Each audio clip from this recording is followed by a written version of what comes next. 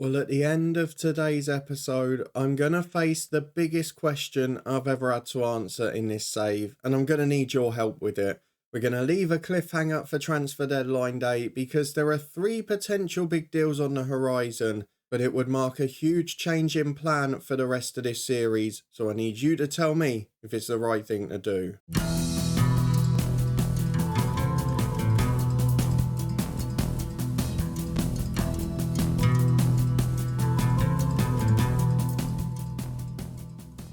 Yes, hello and welcome along to part 146 of this Build a Nation story, Lifting Spirits with me, Daniel. We are back for the final two games of January and some huge transfer window news. And if it comes off, well, you're going to have to tell me if we take a big gamble or not. We'll get to that in a moment, but first we face Linfield in a title decider. We drew our first game of the season against each other in December, but they have dropped their first 3 points now at the hands of Larne. We also face Bournemouth at home in our final Europa League game as we get to test ourselves against English opposition once again. So if you're looking forward to all of that and the big transfer news, then please do put a thumbs up on the video. But for now, I have got to take you to where we need to make a decision because you guys are going to have to help me with this. Let's have a look at the transfer centre because there are a few players who we're getting offers for. A couple of youngsters who I'm letting go to Larne in the summer. I'm not going to stop people going to other teams in the nation. I also accepted an offer earlier this month for Damien Dunn from Linfield for about 1.1 million. He did, though, reject the move in the end. But if we go to the ends, this is the big news. Three players that we've offered contracts to. Three players that could take away some worries in this save, but could also add a few as well. And I need you to tell me which one outweighs the other. Because basically, these three players here are a star 18-year-old who will become homegrown at the club and will be a future legend of this football team. And then two players who are homegrown in the nation who are good enough to be in this squad for the long term. So basically, if we bring these three in, we will never have to worry about the homegrown in the nation rules again. Now, at the moment we meet them, it's fine, but we can't upgrade certain areas of the squad. Albeit there is still a little room for manoeuvre if a Damien Dunn moves on. If someone like Jude, who's now picked up a big injury, moves on, we can sign another non-homegrown player. The problem with these three, though, is the wages. Our top paid player at the moment, if I take you through to the squad, I think is Misselidis on 4.7 grand a week. It is. These three players want 8, 12 and 16,000 respectively, which wouldn't be a big problem if we were in the Champions League every year, and if we were at a stage where these guys were going to be a huge upgrade to the squad. But if we're being brutally honest at the moment, Morgan Hassan is not an upgrade on our first choice keeper Jim Morrison. He's homegrown, he's young, it's great to keep him fit for the international team, but it's not an upgrade, and it's nearly 3 million quid plus a quadrupling of our biggest ever wage. The youngster I'm a bit less worried about, but he's not better at the moment than what we've got. We know he will be a lot better in the future though. And Mackie is probably a bit of a tricky one because 2 million quid for a player who's going to be a backup and he will be earning double what his starting player does on the same side. So I really need a bit of help with this because from my practical normal FM point of view, I'm looking at these and saying, this is not the right move. We shouldn't be doing this. But there's part of me from the Build a Nation point of view that's thinking, well, this is a great move. We've got two of our Northern Irish starters tied down. We're going to be making sure they play regularly. And we're bringing in a brilliant player for the future. I mean, there's a very good chance with this lad from Odense we won't get him because Dortmund have made an offer as well. So don't think this is just going to be job done. There's a good chance he rejects us. But what do I do with the other two? I'm not going to finalise any of those deals today. I'm going to leave you to make your decision over the next couple of days. And I'm going to stew over it as well and we'll decide what to do.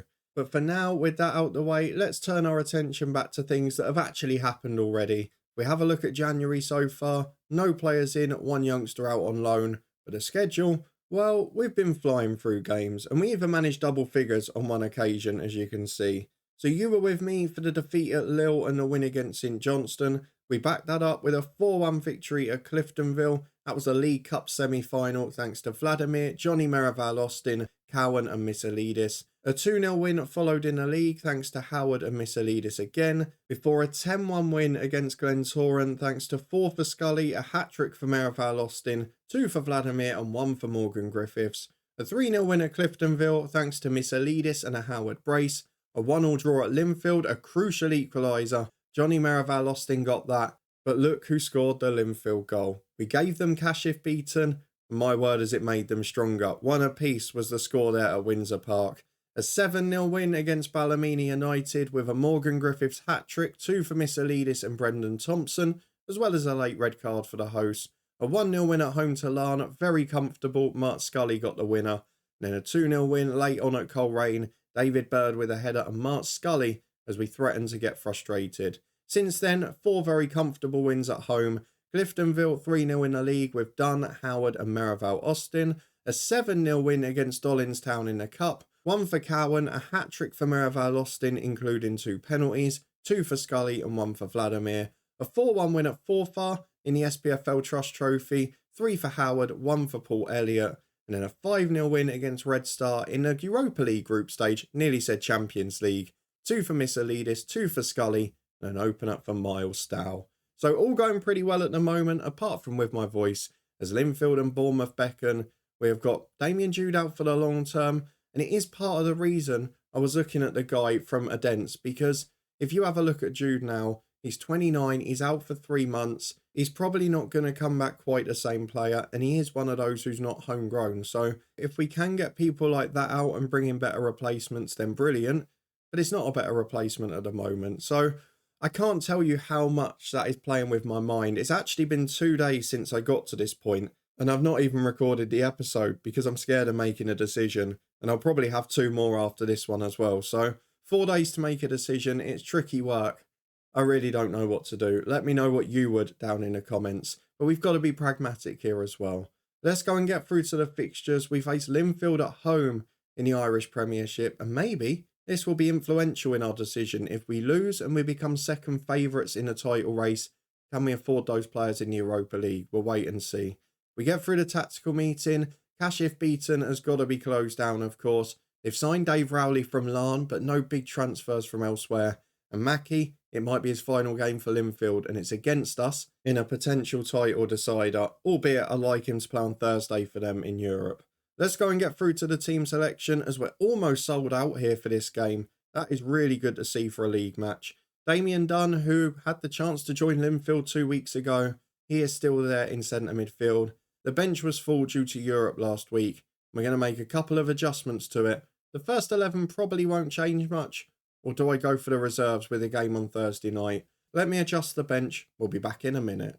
Well, here we go then. And the big news that we've got to consider in centre mid as well, particularly with those transfers in mind, is that Chris Houston is continuing to do brilliantly. We might not get to give him much football if we sign the other Danish lad. And also, looking out wide, Vladimir probably become one of the best players at the club now. 4.5-star ability.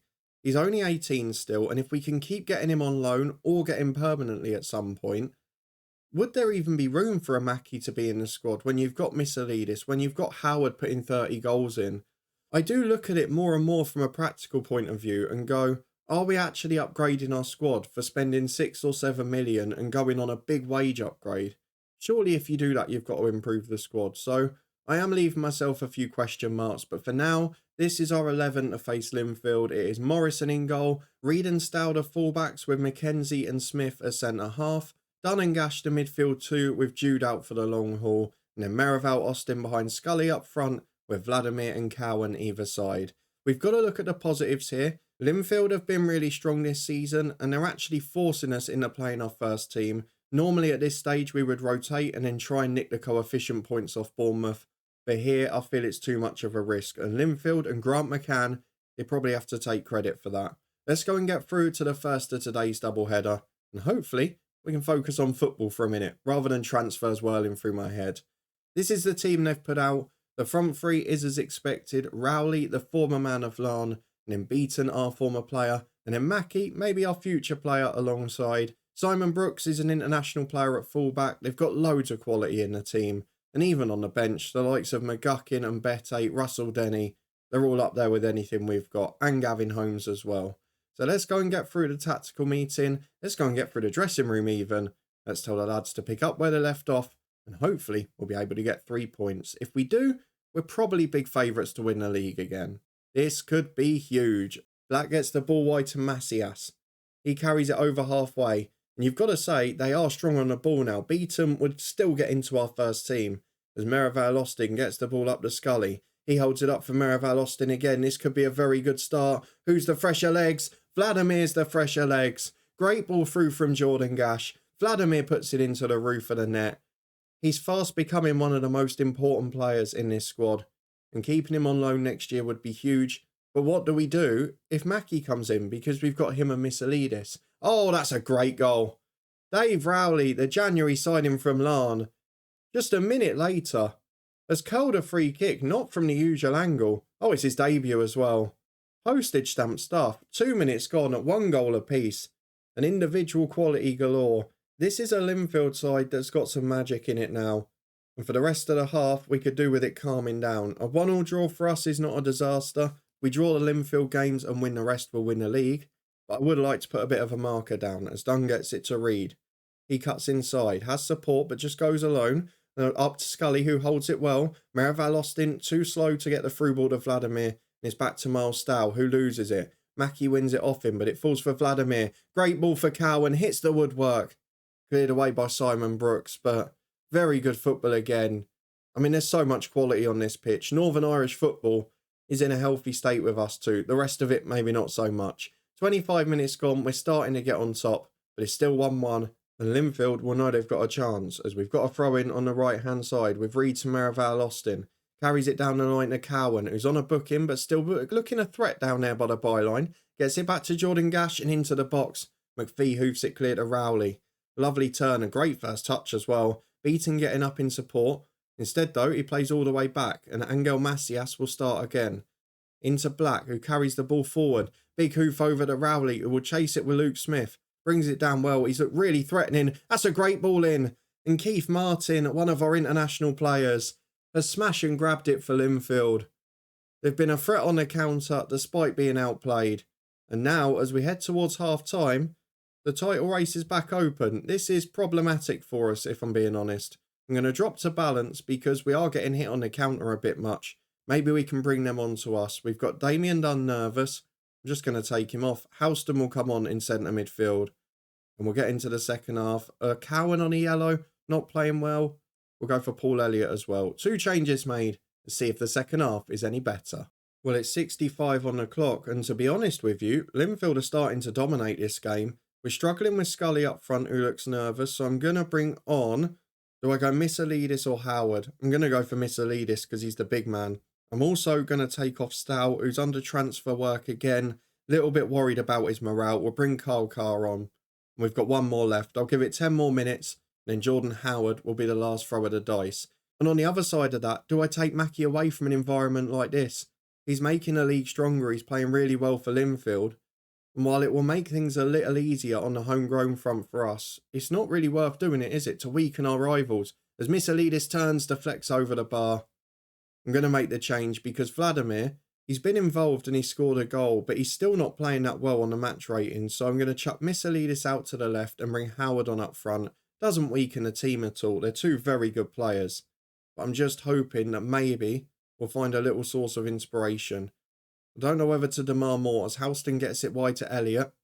The Northern Irishman carries it down the right, has support inside but loses it. Rowley brings it away to Beaton and we could get hit on the counter again. Our former man has caused us chaos in both games this season. Beaton crosses in. It's game over. He scored the goal that got them a point away from home. And now here at Lisburn Distillery, Beaton is showing it's still his favourite ground. What an assist that is. A great through ball. And we're going to lose this game. It is 3-1. And unfortunately, Linfield are going to be in charge of the title race. This is a very big twist for Northern Ireland. And probably even more so, makes me decide that I can't afford to throw away 35 grand a week in wages when we're only bringing in that as gate receipts normally. Because we're not going to be able to win this league easily this year. And not for future ones either. I don't want to take Mackie away from that. I think I'm making my decision now, and a few of you may be disagreeing in the comments. I might still go for the Danish kid if he agrees, but I think Mackie is a definite no-go. And that's one of the three decided, because Linfield, we've got to build a nation, and at the moment, well, they're doing brilliantly. Well, it's fitness test time ahead of the Bournemouth game, and so far, the only one of the three that's agreed to join is the one that I'm definitely not signing in Mackie. He has agreed, but will reject that on deadline day. Probably helps Linfield in fairness, as they then won't have time to accept another offer. Hassin and Bayavang have not made decisions yet, but I would imagine Bayavang's going to go to Dortmund, and then it's just a decision on Hassin, but I'm really not sure what to do with that one. For now, let's go and get to the final group stage game in the Europa League. Linfield are away at Utrecht, and they are in an okay position. They should be in the top 24, which I think guarantees them the next round game. Let's just have a quick look at the rules to remind ourselves. Yes, it is. So it's whether they can get in the top 16 to get home advantage in the second leg, or could they even sneak into 8th yet? To be honest, that looks unlikely. But they've picked up 12 points, 4 wins. They can get something tonight, great for the coefficient. And it is turning into another decent year for Northern Ireland. But for us, it's Bournemouth. We've got our place in the top 8 all but wrapped up. Only 4,000 fans in, that's pathetic. You would get more for Bournemouth at home than you would for Linfield, I'm sorry. Let's go and get all the changes made, full 11 rotation. They're playing a 4-4-2, which we will hate. We'll be back in a minute to run through our team. Well, here we go. It is full rotation for this one, with Jim Morrison between the sticks, the only man who started on Monday. And he is now a better goalkeeper than Hassin, according to his stats. He's really improving well. That battle of homegrown or not is going to be a big decision. At fullbacks, we've got Murphy and Carr, with David Bird alongside the returning Owen Kidd. Houston and Collier at the midfield too, with Elliott and Missalidis out wide. And then Griffiths behind Howard up front, who is still top scorer this season. And the bench is a mix of real reserves and unfit first team players. So let's go and get into this one, which bar a few coefficient points and a couple of $100,000 doesn't really mean anything to us this season. There is a time in this save where that would have been a very ridiculous statement, but now we are on our way through. And you can see with Bournemouth, as well as having Darren Fletcher in charge, Rico Lewis is the skipper, a remaining original from Manchester City, but he is a very good player and still 13-14 years in his early 30s and looks pretty good. A 4-4-2 for Bournemouth is likely to cause us trouble. Interesting that in both saves they've become a regular European side. But for us, we're going to drop to balanced, we're going to try and stay in the game. And hopefully, with those players in attack, we will still be a threat. Let's get through the Europa League music into the first half. We need to bounce back from Monday night, and I at least want a good performance. We're 10 minutes in, and it's an injury already for Missalidis. How many has he had this year? Got to be on 3 or 4 now. He has had 4 injuries of 3 to 4 weeks this season, and the last 2 have both been groin strains. So I'm not taking a risk with anything in the upper leg region. The only subs I can bring on are either Vladimir the first choice or Tennant Dykes, and I can't bring Dykes on for 80 minutes here. It's going to have to be Vladimir, and we'll see how we get on. If we have to take him off again with 20 to go, then so be it. But an early change we're forced into that is less than ideal. I did also, interestingly, in a tunnel interview as we're on the attack, get asked why Owen Kidd was playing a different position to normal today. Now, I've switched him to the right side of centre-half, but he's still playing centre-half, so I don't really understand that question, as Elliott nicks the ball high on the right. Northern Irish international has got experience in English football, but it's a great cross in for Howard. It's tipped over the bar from Langley. Very good football on the counter. Maybe that's what we should have done against Linfield, as Vladimir has got a corner kick on the right. Just onto the pitch is a good delivery. It's headed away at the other end. A decent start here for Distillery. And to be fair, there still looks a few fans here, but not quite what we were hoping for. Bilbao 2 down to Ludogorets. They've got a player, Bilbao, who I'd really like to sign. It's popped up in scout reports for a while as Elliott misses an open goal. But he's just not willing to join us at the minute. He would have been a superstar if we could get him. 0-0 here. How are Linfield getting on?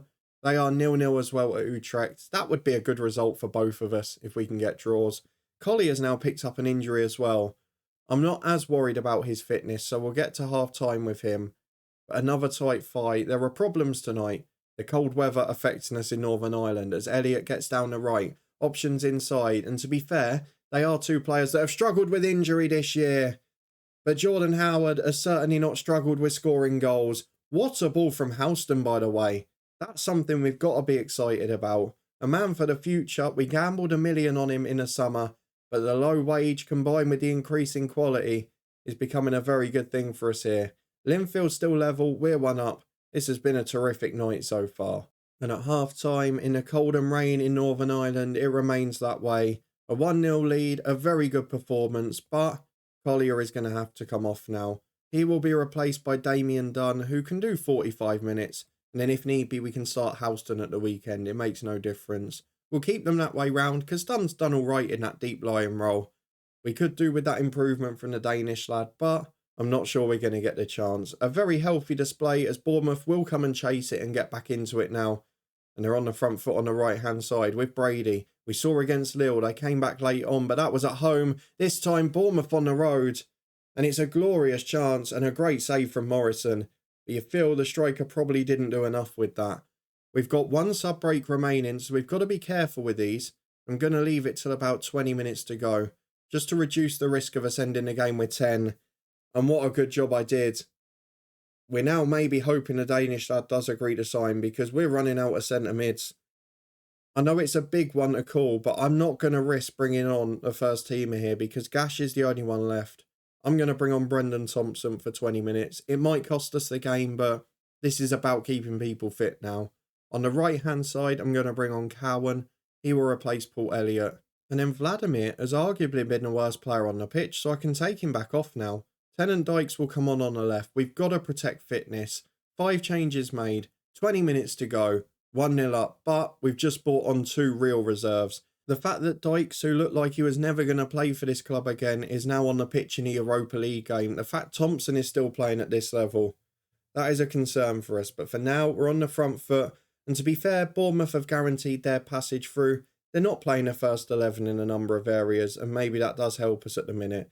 But to beat a side from a league that was playable from the start, that have been a good European side over the years here, would be a really big coup for us, as it comes down the right with Cowan. Gives the ball away, and I've spoken too soon because Astley's in. They've got a man in the middle. This will be 1-1, will it? No, good save from Morrison. Deflected shot.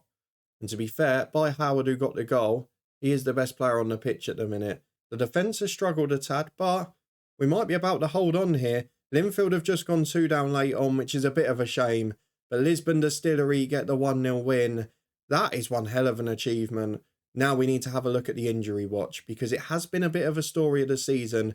And with the title race getting very close, we don't want these to be too bad. Let's go and have a look at what they're like. And I just hope that they're not disastrous. Linfield miss out on 16th by 1 place. They are going to have to play away from home in the second leg. Lots of money in, but 3 injuries. Houston is out 4 weeks with a groin strain. What is it with the groin strains this year? We got Missalidis off quickly. He'll be fine for next midweek. And the same for Collier as well. Through to the round of 16. Linfield into the round of 32. And now we have a look at the schedule for when we're going to be back. Because probably is going to be that round of 16 game. I only need to show you Europe and big cup finals. I know the League Cup final against Linfield could be a big one, but it's probably only the 3rd biggest cup that we play in after the SPFL and the actual Northern Irish Cup. So I'll play that off camera. We'll see how we get on. I'm a bit worried about it after today's game. And then let me know in the comments, what do I do with these 3 transfers? I think I've decided I'm not going to bring Mackie in. And then Morgan Hassin. Can I really justify not upgrading my goalkeeper for, 4 times the wage and double the price of anything we've ever paid before? I don't think I can. But for now, a very difficult day for us, because although we beat Bournemouth, we lost against Linfield, and that puts them back in charge of the title race. It's going to be a thrilling climax to this season with them improving so much. Next time out, we'll reflect on deadline day in Northern Ireland, the decisions I've made with those 3 players potentially coming in. We'll be back in Europe for the last 16, and hopefully Linfield will join us there too. If you enjoyed this one though, seeing Linfield genuinely compete in Northern Ireland, then please do put a thumbs up on the video.